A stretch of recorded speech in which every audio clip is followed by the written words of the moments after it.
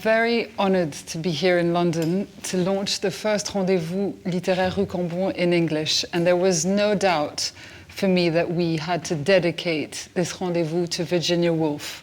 I'm thrilled to be today surrounded by Jeanette Winterson, Keira Knightley, and Erica Wagner to speak about such a fascinating woman. It's hard to find the words to introduce Virginia Woolf, this giant of literature who left us a heritage of such crucial importance. Our aim today is not to do an academic lecture, and thanks to Jeanette, we'll have a really fun time. And we hope to show you how much of a visionary she was, and how much she's relevant today, and how she can still help us face many challenges. Virginia Woolf was a fighter. She fought all her life to challenge conventions of her time and defend women's freedom to write and create.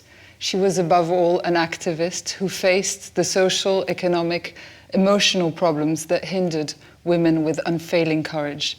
We simply hope you will come out of this encounter with a more open vision of what a woman can be and with an invincible desire for change so that in our world today, women can access their full creative potential and intellectual freedom.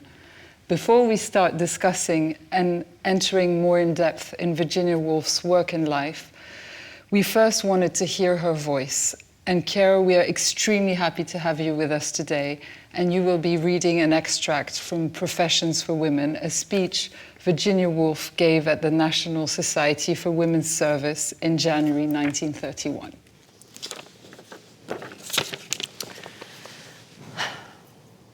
When your secretary invited me to come here, she told me that your society is concerned with the employment of women, and she suggested that I might tell you something about my own professional experiences.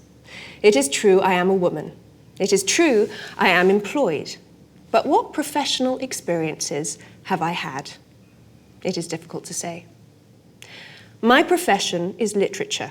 And in that profession, there are fewer experiences for women than in any other, with the exception of the stage. Fewer, I mean, that are peculiar to women. For the road was cut many years ago by Fanny Burney, by Aphra Behn, by Harriet Martineau, by Jane Austen, by George Eliot. Many famous women and many more unknown and forgotten have been before me, making the path smooth and regulating my steps. Thus, when I came to write, there were very few material obstacles in my way. Writing was a reputable and harmless occupation. The family peace was not broken by the scratching of a pen. No demand was made upon the family purse. For 10 and 6pence, one can buy paper enough to write all the plays of Shakespeare if one has a mind that way. Pianos and models, Paris, Vienna and Berlin, masters and mistresses are not needed by a writer. The cheapness of writing paper is, of course, the reason why women have succeeded as writers before they have succeeded in any other profession. But to tell you my story, it is a simple one. You have only got to figure to yourselves a girl in a bedroom with a pen in her hand. She had only to move that pen from left to right, from 10 o'clock to 1. Then it occurred to her to do what is simple and cheap enough, after all, to slip a few of those pages into an envelope, fix a penny stamp in the corner, and drop the envelope into the red box at the corner. It was thus that I became a journalist. And my effort was rewarded on the first day of the following month, a very glorious day it was for me, by a letter from an editor containing a cheque for £1, 10 shillings and 6pence. But to show you how little I deserve to be called a professional woman, how little I know of the struggles and difficulties of such lives, I have to admit that instead of spending that sum upon bread and butter, rent, shoes and stockings, or butcher's bills, I went out and bought a cat. A beautiful cat, a Persian cat, which very soon involved me in bitter disputes with my neighbours. What could be easier than to write articles and to buy Persian cats with the profits? But wait a minute. Articles have to be about something. Mine, I seem to remember, was about a novel by a famous man. And while I was writing this review, I discovered that if I were going to review books, I should need to do battle with a certain phantom. And the phantom was a woman. And when I came to know her better, I called her after the heroine of a famous poem. the angel in the house. It was she who used to come between me and my paper when I was writing reviews. It was she who bothered me and wasted my time and so tormented me that at last I killed her. You, who come of a younger and happier generation, may not have heard of her. You may not know what I mean by the angel in the house. I will describe her as shortly as I can. She was intensely sympathetic. She was immensely charming. She was utterly unselfish. She excelled in the difficult arts of family life. She sacrificed herself daily. If there was chicken, she took the leg. If there was a draft, she sat in it. In short, she was so constituted that she never had a mind or a wish of her own, but preferred always to sympathize with the minds and wishes of others. Above all, I need not say it, she was pure. Her purity was supposed to be her chief beauty, her blushes, her great grace. In those days, the last of Queen Victoria, every house had its angel. And when I came to write, I encountered her with the very first words. The shadow of her wings fell on my page. I heard the rustle of her skirts in the room. Directly, that is to say, I took my pen in my hand to review that novel by a famous man. She slipped behind me and whispered, "My dear, you are a young woman. You are writing about a book that has been written by a man. Be sympathetic, be tender, flatter, deceive, use all the arts and wiles of our sex. Never let anybody guess that you have a mind of your own. Above all, be pure." And she made as if to guide my pen. I now record the one act for which I take some credit to myself, though the credit rightly belongs to some excellent ancestors of mine who left me a certain sum of money. Shall we say £500 a year? So that it was not necessary for me to depend solely on charm for my living. I turned upon her and caught her by the throat. I did my best to kill her.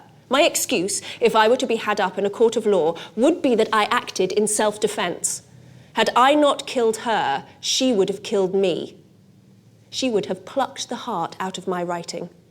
For as I found directly I put pen to paper, you cannot review even a novel without having a mind of your own, without expressing what you think to be true about human relations, morality, sex. And all these questions, according to the angel in the house, cannot be dealt with freely and openly by women. They must charm, they must conciliate, they must, to put it bluntly, tell lies if they are to succeed. Thus, whenever I felt the shadow of her wing or the radiance of her halo upon my page, I took up the inkpot and flung it at her. She died hard. Her fictitious nature was of great assistance to her. It is far harder to kill a phantom than a reality. She was always creeping back when I thought I had dispatched her. Though I flatter myself that I killed her in the end, the struggle was severe. It took much time that had been better have been spent upon learning Greek grammar or roaming the world in search of adventures. But it was a real experience. It was an experience that was bound to befall all women writers of that time. Killing the angel in the house was part of the occupation of a woman writer. Thank you so much, Kira. That was a really, really wonderful reading. And it is now my pleasure to introduce Jeanette Winterson. There is nothing so wonderful in the world as telling stories, Virginia Woolf wrote. And Jeanette Winterson is a storyteller. That's a good place to start, I think. Her first novel, Oranges Are Not the Only Fruit, was published in 1985, and from that moment, the light of her artistry blazed out into the world. The Passion, Sexing the Cherry, The Power Book, Lighthouse Keeping, The Stone Gods, The Daylight Gate, Frankenstein, each one of her books, there are too many to list, and of course they include her extraordinary memoir, Why Be Happy When You Could Be Normal. Each of her books is an expression of her true being, imagination and language woven together to create works of unique and vibrant beauty. Jeanette is an evangelist for art. a woman who knows that art is not optional. She has always known that in our darkest moments, it is art that supports us, that teaches us, that helps us to live with and understand our fellow human beings. And she has lived as boldly as she has written, carving space for herself and showing her readers how they might do the same. She has been made a commander of the Order of the British Empire. She has a new book, 12 Bites, a nuanced examination of humanity and artificial intelligence. She is just as electric a speaker as she is a writer, as you are shortly to discover if you do not know already. Her relationship to and with Virginia Woolf, the focus of our literary rendezvous, goes back a great many years. Woolf is a writer she and I have talked about often, a writer who has much to say to us now in the 21st century. I can't wait to hear Jeanette's thoughts, and so without further ado, I cede the floor to her. Thank you, Erica. Oh, my friends, imagine it's 1888 and Virginia Woolf is born. Queen Victoria is on the throne. The clothes that women are wearing are really not designed to do anything except sit down and take tea and flatter great men. Now, Virginia Woolf's father, Sir Leslie Stephen, was a great man. He was the compiler, the editor, the driving force behind a terrible piece of work, if you were Virginia Woolf, which was entirely filled with great men. So the ones who weren't coming to tea were in the dictionary. And this was Virginia Woolf's early life. And it's no wonder that she said later on, after her father died, that had he lived, she wrote in her diary, "My father's life would entirely have ended mine." And Virginia Woolf, brought up in Hyde Park Gate, plenty of money, plenty of status, but neither of her parents believed in education for women, neither of them. So while her brother was sent to school and then on to Cambridge, which was the natural route, Virginia and her sister Vanessa, later Vanessa Bell, the painter whose work I'm sure you know, his house you visited at Charleston. No, Virginia and Vanessa were schooled at home by their mother. Now, their mother did offer them a wide education. She taught them Latin, she taught them French, she taught them history, and there are many photographs of them in the schoolroom behind the dining room. Assiduous at their lessons. And of course, they had the run of their father's library, because whatever else he was a man who loved words, who loved books, and who believed in the power of language to change, to influence, but also to control. But he gave his two daughters the run of the library. He put no conditions on it, which Virginia Woolf always said was quite astonishing, given how many conditions were put on women's lives, particularly at that time. And as someone myself whose early beginnings were entirely centred on the library, in my case a public library, because we only had 6 books at home in our house, I know how important that is, to be able to run free among books, because there is the life of the mind. There you may encounter many talents, many spirits, opinions far different from your own, life experiences far different from your own. And in this vast sea of language, these continents of possibility, what might you not find? What might you not discover? And so Virginia Woolf, although deprived of what she later thought was so crucial for women, a formal education, had the run of the house in a very particular way, the run of the house of the mind, and she made the most of it. Now, her mother died when she was 13. This was the beginning of her mental instability. It was very hard for her after that. Her mother gender roles were very specific then. So while her father was the stern, distant patriarch, the man of letters, her mother was not only their teacher, she certainly wasn't their friend, because that didn't happen in Victorian households, but she was the compassionate, consoling person. And the loss of her was felt very greatly by the developing sensitive woman, then called Virginia Stephen, who would in 1912 marry Leonard Woolf. And theirs was a long and happy and sustained marriage, not one that depended on the modern conventions of romance, but was in fact an absolute partnership, which was no doubt important for her mental stability and for her creative life. Now, the piece you just heard Kira read, 1931, just remember that that is 90 years ago. And how did it sound today? Did we not all recognize those things that we were hearing? Did it sound like something that was written 90 years ago? No, not at all. Not only because those problems are still prescient, are still with us, are still things that all of us, men and women alike, need to grapple with, but because her mind was so ahead of itself, it was so fresh. And she saw the world as a whole, as a round. She didn't sectionalize things. So when she was talking about the position of women, we understood that she was really talking about the distortion in humanity, that really, as she says, in other parts of the piece, why should one sex be so prosperous and so secure? And why should the other sex be so poor and so dependent? That is a very good question to ask. And she was asking it from her own experience, thinking, my brother went to Cambridge.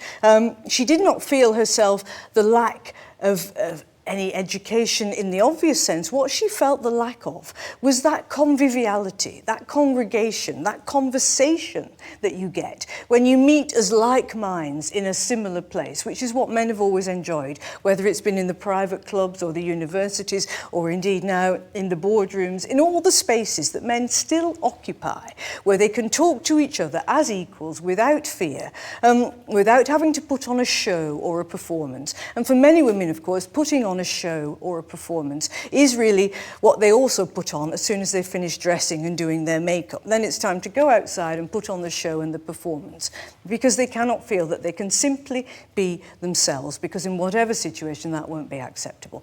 Virginia Woolf understood this, and she watched her brother and her brother's friends from Cambridge, the Bloomsbury set that grew up around her, of which she was an integral part, enjoying that ease. And she was very interested in ease. You know, it's that sense of leisure that we heard in the piece, that you would need to have just a little bit of time, a little bit of space. It's not just the very famous book that she wrote in 1929, A Room of One's Own. Of course you need a room. Of course you need some money in order to do anything. You need to be able to shut the door. You need to be able to not worry about the bills being paid. Of course you do. But you also need that sense of community and conversation. That's where ideas begin to spark off one to another. That's where the mind begins to thrive.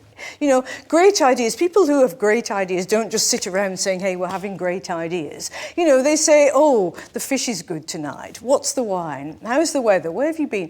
Things begin to ease in. And out of that comes all sorts of possibilities, some spark. Women, she said, were cut off from that. They were simply set aside. You know, the convention when she was a young woman, that after dinner the men would go into one room and talk about important things, and the women would be set aside, not with port and brandy and cigars, but with cups of tea. You know, I think, what can you really think about with a cup of tea after dinner? I mean, perhaps some of you do have great ideas with a cup of tea after dinner. I personally do not. And so Virginia Woolf was really championing those open spaces she'd found in her father's library. She knew that the life of the mind, the imaginative life that she talked about, is a wide open space. And that's what she wanted for women. She did not want women to be enclosed or constricted. So she had problems with the trappings of being a woman, which many women did. She did not have any problems with the sense of the life of the mind, or where it needed to go in order to do its best, in order not to be constrained. You know, Professions for Women, 1931, so 90 years ago. Before that, she'd gone up to Cambridge and delivered the lecture that became A Room of One's Own, 1929. She delivered it in two parts, at Newnham and at Girton. The new women's colleges, finally, women were allowed to go to Cambridge, study for a degree, though they were not awarded degrees at Cambridge till 1948. Just get your heads around that, boys and girls. 1948, Cambridge did not think that it was fit to give degrees to women, even though they could study at these two colleges. And these were rather desperate colleges. Some of you will have been to Cambridge, some of you will have known Newnham and Girton. They smelled of lino and cabbage. And the men's colleges were all good wine, good food, claret, opulence, relaxation, pleasure, room for the life of the mind. The women were told they must study hard, work hard. They didn't have time to buy nice clothes. They certainly didn't have time to buy wine. They must only concentrate on what they had. So when Virginia Woolf accepted that invitation to talk about A Room of One's Own, the lectures that became A Room of One's Own, where she said, listen, writing is practical. The things that we do, creativity is a practical thing. There's nothing that is airy-fairy about creativity. You need space to do it, you need money to do it, you need time to do it. She was such a practical person, and this is not the image often that we have of her. Absolutely practical. Let's get this stuff published. Let's control the means of production, just like Marx said we should. You know, let's not sit here waiting for other people to tell us what we can say and how we can say it and whether they'll publish or not. Let's do it. Highly practical woman, looking always for the situations for women where they could become women in their full right, in their full capacity. You know, the angel in the house, only one of them. And very often it's from other women that we internalise the toxicity of oppression, whether it's from our mothers, where it can be anything, how you should behave, how you should look, what you should do, who you should be. You know, what she's killing in this murder story, and it is a murder story, is another woman, not a male figure, a woman. And so what we should think about when we think about Virginia Woolf, her consequences, her legacy, is really she's many things. She's a lighthouse. She's warning us of where the rocks are. She's also showing us where the light is and reminding us that often the things that we have internalized from out there, whether it's the patriarchy or not, many women are in the surface of the patriarchy. It is often from other women that we get our severest criticism. And we're here today, and what I would like to end on, really, with my thoughts about Virginia Woolf, is that we are here to support one another, to make possibilities for one another, to open the space as she opened the space. Whatever chance, whatever opportunity you get, you know, for young women to go out there and open the space, clear the road, use your privilege, use your power. There's nothing wrong with privilege and power as long as you use it in the service of good. And that's what Virginia Woolf was saying. She had £500 a year. She had a room of her own. She knew that she was better off than most women, but she didn't sit with it. She used it. She was practical. She was active. She was an activist. She was Virginia Woolf. Thank you. Thank you so much, Jeanette, for that wonderful talk. And now we're going to have some discussion around the subject of Virginia Woolf. And I'd like to begin by asking first Charlotte and then asking Ciara about your personal response to this piece. So I wonder how it first struck you, Charlotte, when you read it. When I read it, actually, I was really feeling like it was what I needed to hear. Like it was exactly the truth about what we're still struggling with. And even though we're very privileged, we have many opportunities to express ourselves. But I feel that the hardest part is the internalization of certain conventions, norms, perceptions that are so deeply rooted inside us that it takes probably a lifetime to overcome them. And I think what really spoke to me in that in her speech is, as you were saying, that the angel in the house is a woman. And it's about killing the mother, in a way, not your own mother, but the archetype of the devoted mother, the sacredness of the devotion and the purity of that devotion. And it's something that terrifies all of us, that we need to believe that that devotion is untouchable, impossible to fail. But what Virginia Woolf tells us, but maybe she tells it in other pieces like Into the Lighthouse or other of her novels, is that that figure, that sacredness of the mother, she is always failing because her role is to stop chaos and death, but she's always going to fail because there's always going to be chaos and there's always going to be death at some point. And I feel that why Virginia Woolf became such a great writer in a way is because she lost her mother at a very crucial age, and that it gave her a certain freedom to be herself. And that's what really touched me when I read it. And I feel that we're still struggling with that. And it's not necessarily the relationship you have with your own mother. It's more with the symbol of what a good mother should be, and that haunts us all. You read that so wonderfully, Kira, and with such passion. What struck you about it? Well, I found this piece very interesting because actually Charlotte had sent me quite a few pieces, right? And we were sort of discussing quite a number of different pieces to read. And both of us really honed into this one. And it was interesting how we did, because we're both the mothers of very young children. And although Virginia Woolf was not a mother herself, the way that I read it when I first read it was absolutely the angel in the house as far as how you're meant to be as a mother. And the constant failure and the constant voice on your shoulder of how you're not doing it right. So what I find interesting about all of Virginia Woolf's work that I've read is that you can take it to mean so many different things. You know, obviously she was not talking about motherhood when she wrote this particular essay. And yet for me and Charlotte, with the particular things that we're kind of coming up against now, and particularly being working mothers, you know, it came to mean something that was very, very, very personal to us. And I think that's true of all of her writing, which is why I love it so much, but particularly this one.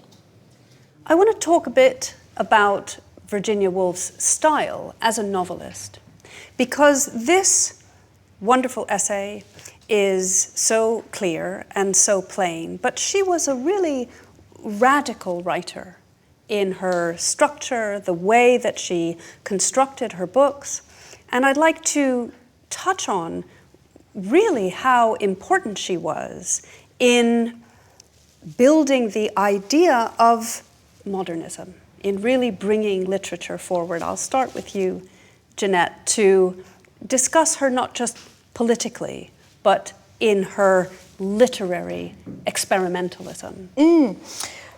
And I think there we have to root her also in what we know as the Bloomsbury Group. And their sense of the visual arts, which was a great part, I think, of her method.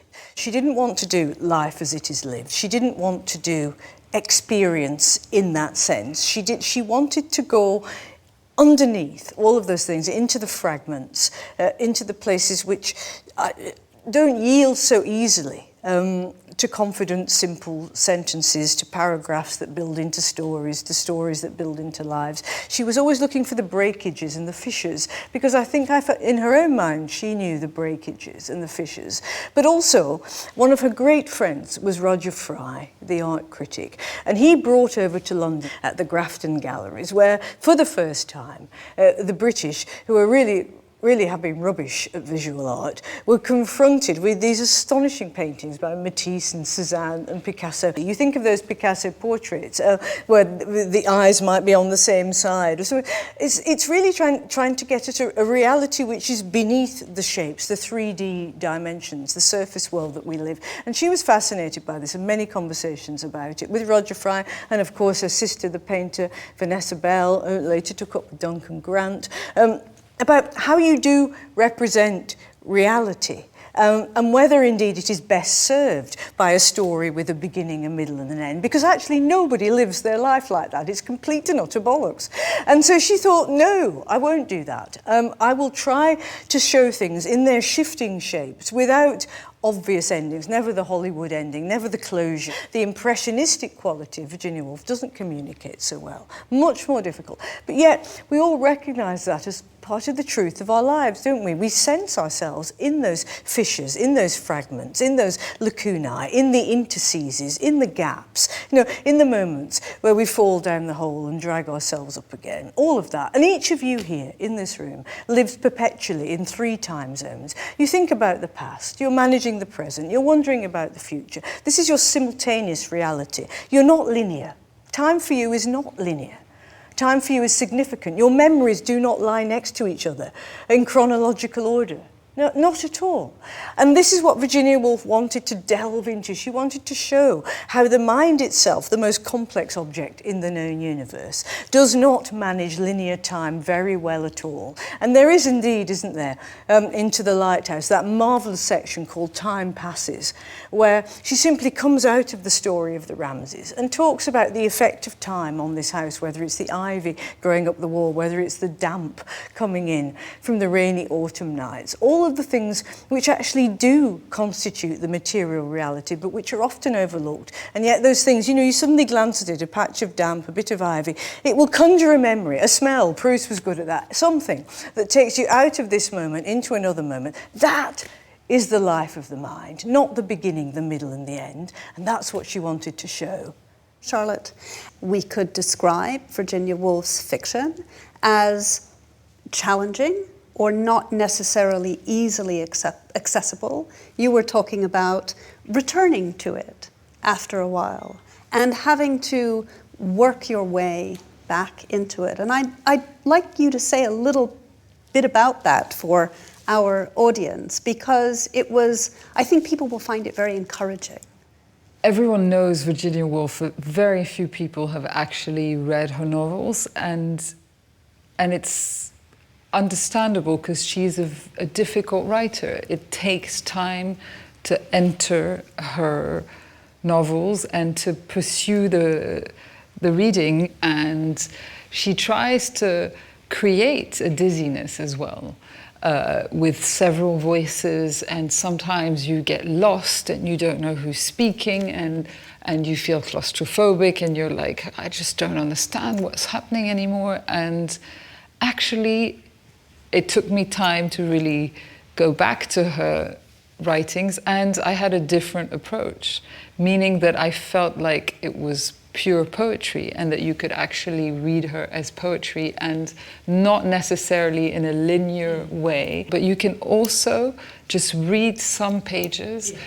And like Mrs. Dalloway, you have some pages, some descriptions of London, some parts of it that are just so strong in the sensation you get. And even if you don't understand everything, it's just pure beauty. And that's why people should not be afraid of Virginia Woolf. And I wonder, Ciara, and again, just hearing you read it, she both is able to acknowledge her own privilege, but also talk, as Jeanette was just saying, about the situation that women are in. And I wonder how you have thought about that issue, given that we are women who have a platform, and how we can use that platform. And I mean, in a very similar way that Jeanette just said, I mean, I think you absolutely have to acknowledge it. I mean, it's unavoidable, you know. But you can equally say, you know, do I still believe that a woman should be paid the same amount as a man? Yes. Do I still believe that a woman should have the right to choose? Yes. And are there many places in the world where she doesn't have the right to choose for her own body? There are. So, you know, I think I can speak from a place of immense privilege, but still say that the problem for women is one for all of us, that there are obviously specific needs in different places. But as far as equal pay, as far as the right to choose go, I think that we can all be sort of on a similar footing in that.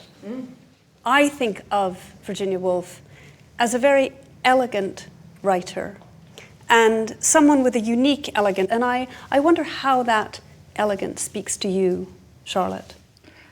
Well, I would say that in a way, elegance, I would relate it as well to a French word, la délicatesse, and it's being sensitive to the different variations and tonalities, and being able to go from one to the other in a very smooth way. And I think that was one of her highest qualities. There was always that gentleness that made her very elegant, I find. But that's my personal interpretation of her elegance. Thank you so much, Charlotte. I will thank all of you, but I will turn back to you to close out our wonderful rendezvous, which it's been such a delight to participate in. Well, thank you all for being here, and it was such an amazing moment, and I wish we could have even continued And listening to you, Jeanette, is just like time stops, and it's great. Thank you so much.